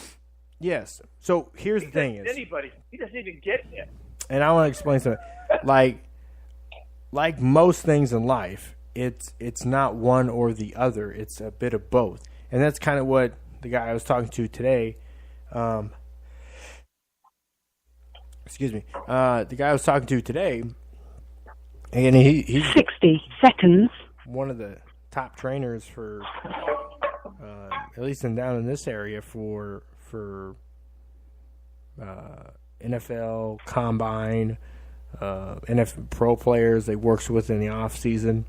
So obviously it's combined with diet, high impact training, but also just like today, some of the circuit training and stuff they did today was chest related. But the problem that a lot of people have with the chest is they don't realize they need to work on the back. So part of your chest training is your back. And that's why you'll see power lifters or professional lifters, they dig their shoulder blades into 10 seconds. The bench, because that way their chest is in position to where that's what's being activated. Otherwise, you're using your front delts. It becomes a shoulder exercise. If not, that's why a lot of people that lift, that do bench or chest work, they have shoulder problems or they have pain in their shoulders because they're not using their chest. They're using their shoulders. And that's part of the problem, and with trainers, they'll help remedy that stuff. So that's some of the stuff too. So posture, and the way that you're attacking the workout, and sometimes it's a negative, but what they were doing today is essentially 25, 50, 75, 100% reps. So that's one. So this way, when it's transitioning between the pec and the tricep at the bottom, that's where a lot of people have problems. They get stuck down because transitioning the weight and firing of the triceps and to the pecs is trouble for a lot of people because it's not, the triceps aren't strong enough. They're not developed as much as the chest would be. So if you're coming all the way down, you're not getting full range. So a lot of people won't do full range because they can't push it back up. Then their ego's hurt. So it's training on transitioning the muscle and conditioning the muscle to work at various stages, and then switching it to dumbbell presses, elbows in on the floor, and then inclined dumbbell presses, but having making sure it's alternated.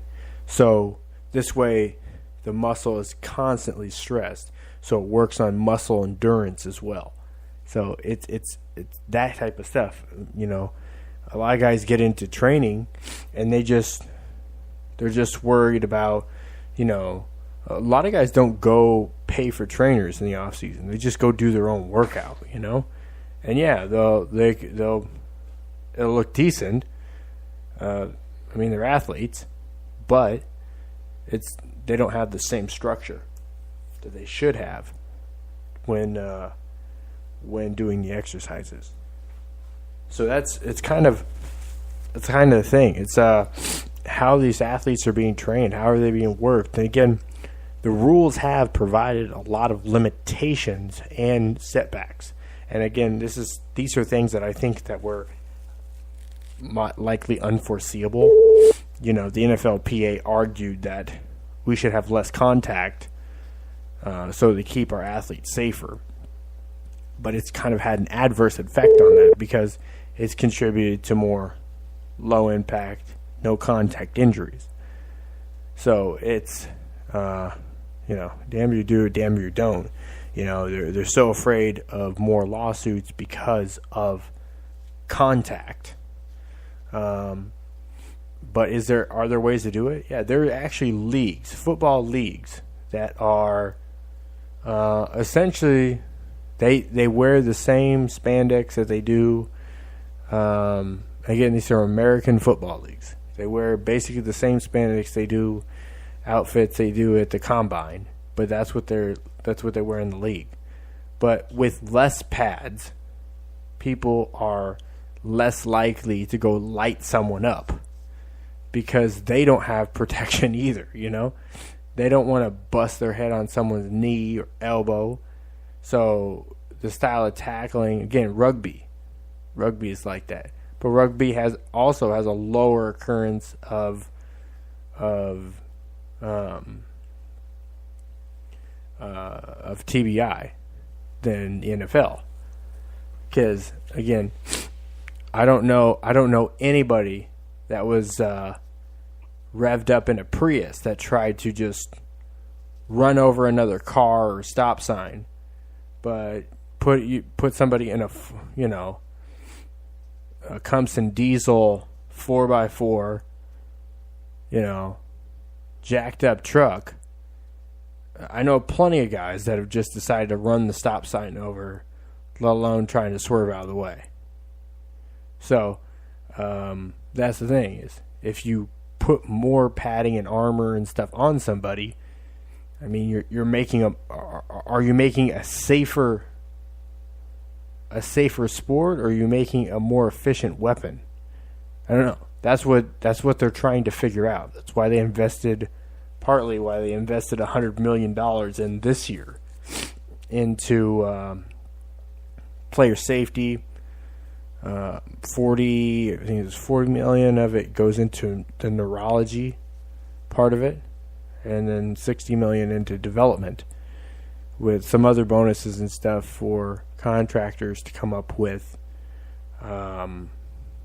new and better ways to do things with safety for the league. So but yeah, I'm not going to go through any more of this list. There's really not much more as far as breaking news right now. I'll get more into free agency and stuff tomorrow, so keep intact on social media at Matt Long Sports. So Kevin, Tampa last weekend, Tiger Woods seemed to have performed better than most people thought he would, at least at this stage. And you have an article up over on the website, on the Cold Hard Truth on Sports website. No doubt about it, Tiger Woods is back. Can you share a little bit about yeah, no doubt. I mean, the magic? I tell you, it was crazy. I mean, that was in your neck of the woods. They had to add 6,000 parking spaces to accommodate the crowds. The ratings, the highest non-major golf ratings in 5 years. And by the way, the last time it was higher was at the Players' Championship, the final round when Tiger won in 2013. So, Tiger is golf, okay? And I know we talk about Jordan Spieth and Dustin Johnson, Justin Thomas, and Pat Kazire and Jason Day and Rory McIlroy. You can name, you put all your names in there. All of them combined Okay, all of them combined do not move the needle like Tiger Woods does. Tiger himself, by himself, draws more viewers and fans than all the others combined. And last weekend we saw that evidence at Tampa. It was amazing. Tiger's game is, and I have watched Tiger Woods probably, I'm going to say I've conservatively watched 95% of his on-air shots through the last 22 years. And last weekend, he was electric. He was on. And I wrote an article today for which will be out tomorrow. And I sent it to you as well. I sent a different version to you today. What's scary is Tiger wasn't even on his game on Sunday and still finished one shot out of a playoff. And he's headed this week to Bay Hill, where he's won 8 times on tour. That's tied with Sam Snead for the most victories in one tournament in history. Sam Snead won 8 times at Greensboro. Tiger has a very good chance to win on Sunday. He is definitely back. His game is strong. His short game's good. His putting's good. He's putting in the fairway. He's got a 2-iron stinger, a 3-wood stinger. His driver's okay. And he just had a not a bad Sunday. He was 1 under par, shot at 70, but he wasn't sharp with the iron game, which is usually where he separates himself from the rest of the field.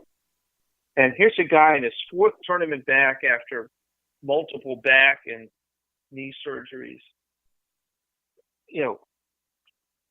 finishes in tie for second. And I'm telling you, it's amazing to watch. He's an amazing athlete. We knew it in 1996 when he came out, and this is his 3rd comeback from injury, and this might be the best one ever. I mean, he is just absolutely electric. The galleries were 12 deep around the greens, around the fairways and greens last week. He was paired with Henrik Stenson and Jordan Spieth in the first 2 rounds, and neither one of them made the cut. These guys have not experienced playing with Tiger Woods when he was at his best, and they're getting a feel for it now because historically, when you play with Tiger Woods, you don't break par. And Grant Seneca did on Saturday. He matched Tiger's 67, but on Sunday, he ballooned to a 78. And so he's back. And it is exciting for golf. It is exciting for sports. And we're witnessing one of the great athletes of our time coming back, and we'll see what happens on this week. But he is absolutely energized the sport and the fan base for golf. I mean, would you be willing to go out on a limb and say he's one of the favorites for this weekend, or is it too soon for that? Oh, that's no limb at all. He finished second at a golf course he hadn't seen in 21 years. Yeah, I saw he some. Not played in Tampa. I saw an old picture. Yeah. Was it JC Penney or something like that? You, wasn't it? Sure.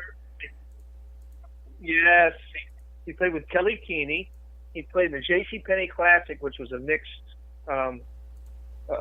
twosome event back in the day, and Kelly Keeney, LPGA player at the time. Her brother Hank Keeney played on the PGA Tour for a while, and was a U.S. Amateur champ, by the way. And so that was the last time he was at the course, which is the end of 1996, which, over 21 years ago. He had not played in this tournament, and this is a tough golf course. This is a golf course that's it's tight, tough greens, small greens, and he went out and finished second. And he's going to a golf tournament this week where he's won 8 times. He won 4 in a row from 2000 to 2003. He won 2 more in 2008, 2009. Back when, and then of course he was off the tour for. Then he was off the tour from 2010 to 2011, and he came back and won this tournament in 2012, 2013. So, as far as I'm concerned, now it's a very strong field. It always is a strong field at the Arnold Palmer Invitational because a lot of guys show up because of Arnold Palmer, but it's also a very special event on tour. There's the 4 majors. There's the Tour Championship. There are the 4 World Golf Championships, and then there's the Memorial and the Arnold Palmer Invitational. So, it's one of the top 11 stops on tour. Okay, it holds with it. If you win it, you get exempt into some other events for the next 3 years, kinds of thing. It's a big deal, and so. The fact that he's won it 8 times, I mean, he is the favorite. I mean, at this point, I'll put in a couple guys out there. Justin Rose is playing very well. He contended last week. Probably should have shot there at the end. Tiger's a favorite. Ricky Fowler, always a threat at these kind of golf courses. But I'd have to say right now, I mean, given his history at this tournament, I've got to put Tiger as the favorite this week. I mean, he can sleepwalk around this golf course and finish in the top 10. He knows it so well, and he's played it so well so often. It's a memory thing. And then 3 weeks from now, he goes to Augusta. Where he's won 4 times. So he's set himself up for some real success. I mean, and it's not that he's scoring well. He's not doing anything crazy. He's hitting the ball extremely well. He's playing very good golf. And I would actually be surprised if he didn't contend this week. And winning stuff, it's random on the tour because you can't play defense. Somebody can get hot and go out and play. I think you play basketball. You can play both ends in the floor in basketball. In golf, you can only play one end. You can just play offense. You just go out and play your game. And somebody else has a hot week and they're going to beat you, right? So you can't control that. But boy, he looks good. He's pain free. He finished second on a very tough golf course. And by the way, Paul Casey shot lights out in the back 9 on Sunday. Your Tiger would have been walking off with that trophy. And so that's one of those examples. And also, Tiger's happy. He looks like he's content, playing well. So I'm excited. And golf is one thing I cover. Golf, college basketball, college football. That's what those are the things that I'm passionate about. And so this is very exciting to me to be able to see if he can get that win. And I think at the end of my piece that's up on your site right now, I quoted myself from a year and a half ago, and I said, "Can he win again? Yes. Can he win a major again? If he can contend, then he can win, and he's contending. So yeah, I think he's going to win again. I think he will win again. I will go out on that limb and say he will win a tournament, and there's a really good chance he's going to win a major this year. That's how good he looks." Is he 3 or 4 majors away from winning the most? He's 4 majors from tying Jack Nicklaus. Now, I will say that's pie in the sky. That's going to be a reach because he missed so much time. Yeah, he missed so much time. But he missed the prime of his career. We're talking about 4 majors a year. The prime for golfers are 30s. 4 majors to tie Jack Nicklaus over the rest of Tiger's career. But he missed the window. His window from 2009 to 2012, he missed that window. Which, if he'd been healthy, probably would have won another couple of majors, maybe 3, the way he was going.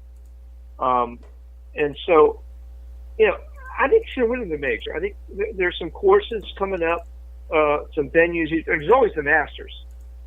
Augusta is a course where it takes experience for the most part. Now, there's been some first-time winners. Fuzzy Zeller won it his first time.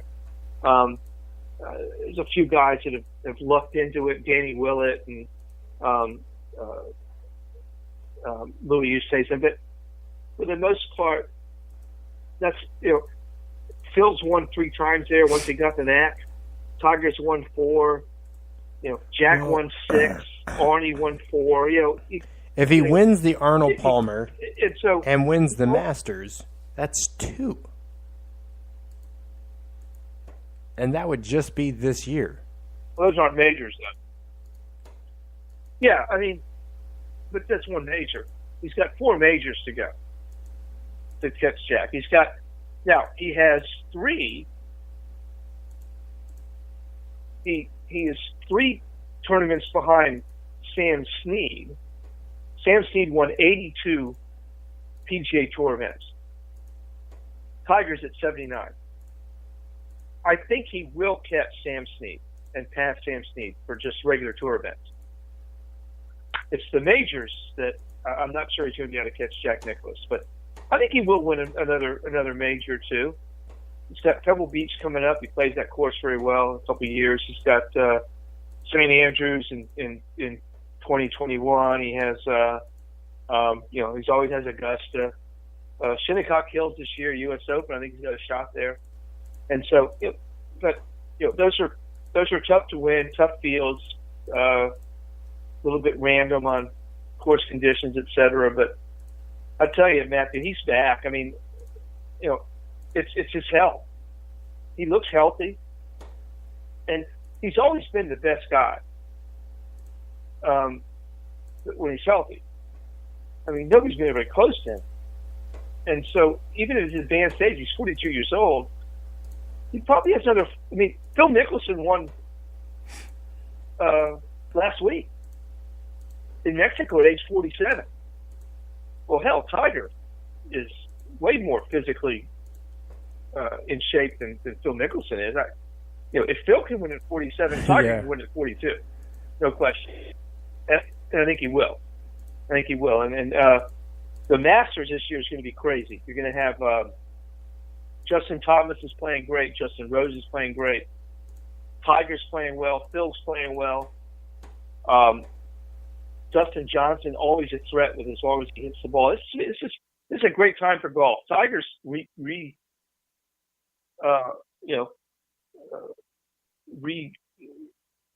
injected himself back in the game at a very interesting time with all these other players, and they've not seen Tiger Woods play like this. Other than Justin Johnson, DJ has, and of course Phil. He predates Tiger, but these younger guys have not seen Tiger Woods play like this. Have not seen what happens when he gets up on the leaderboard and what happens with the galleries and what happens with all of that hoopla and hype. And Henrik Stenson and Jordan Spieth played with Tiger last Thursday and Friday. Look, they've never played golf before. They were 5 and 6 over. They didn't even come close to making the cut. Grant Snedeker shot a 78 on Sunday with Tiger.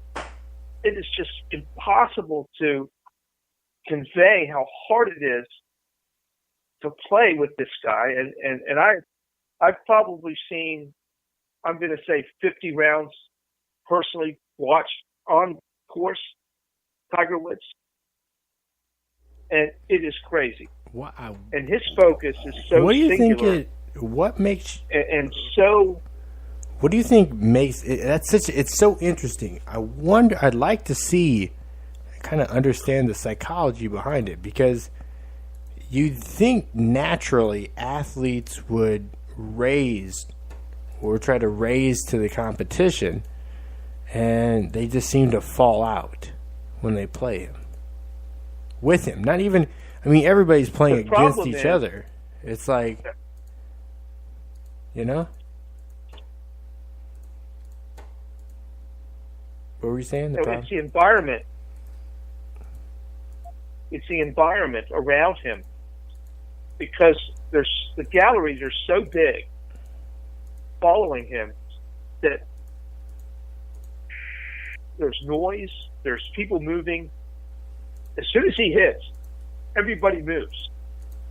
And if you're the next guy to hit, you've got to deal with all of this gallery movement, and you've got to deal with people yelling, and these guys have not dealt with galleries this size since he left, since he was gone.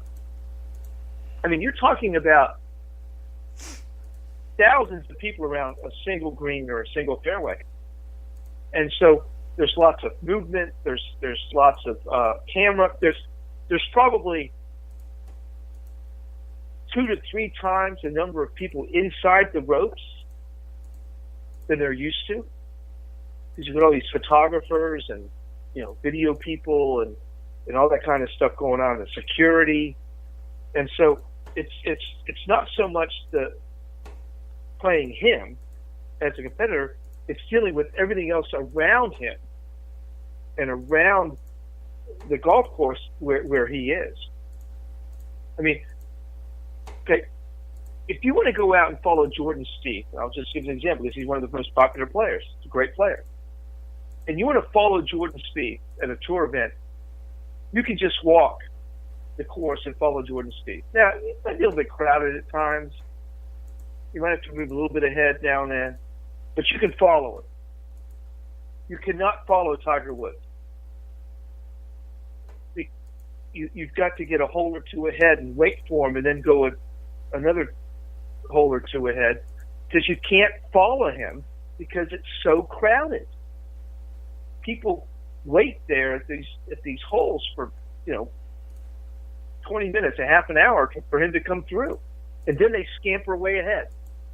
And all that distraction is very difficult to deal with. Not to mention, when he's playing well, he's intimidating as hell. It's like what Michael Jordan used to do on the basketball court. Best comparison I can use for people that are listening that can remember that. And that's been a while. It's been 20 years, but there haven't been athletes. These are transcendental athletes that intimidate the hell out of their competition. Wilt Chamberlain,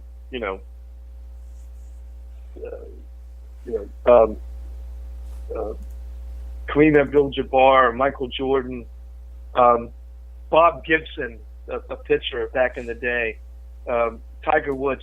These guys, just their sheer presence intimidates their competition, and that creates a competitive edge that they exploit.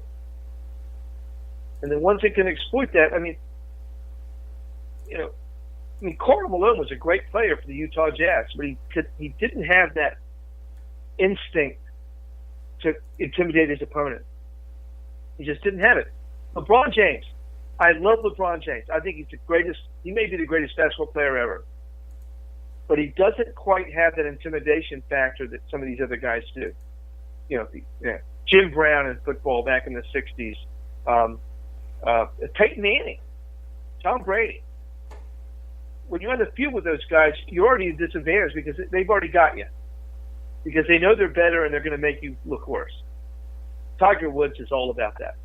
And so, we'll see this year if this comeback's for real and if he can keep it going and if he can continue that intimidation factor on these young guys. And if he can, he's going to have one hell of a 3-4 years.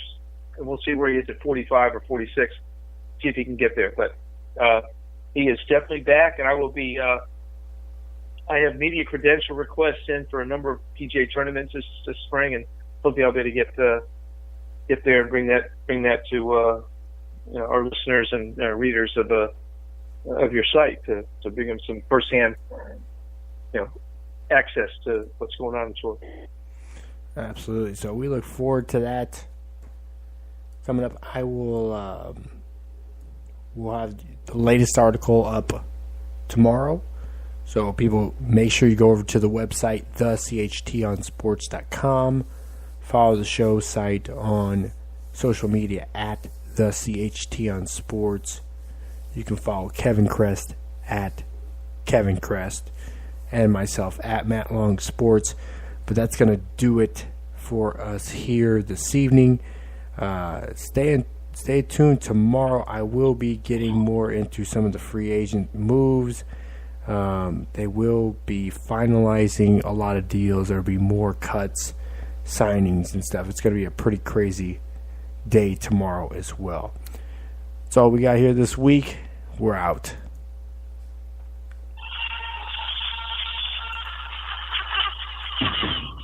Welcome to the cold hard truth.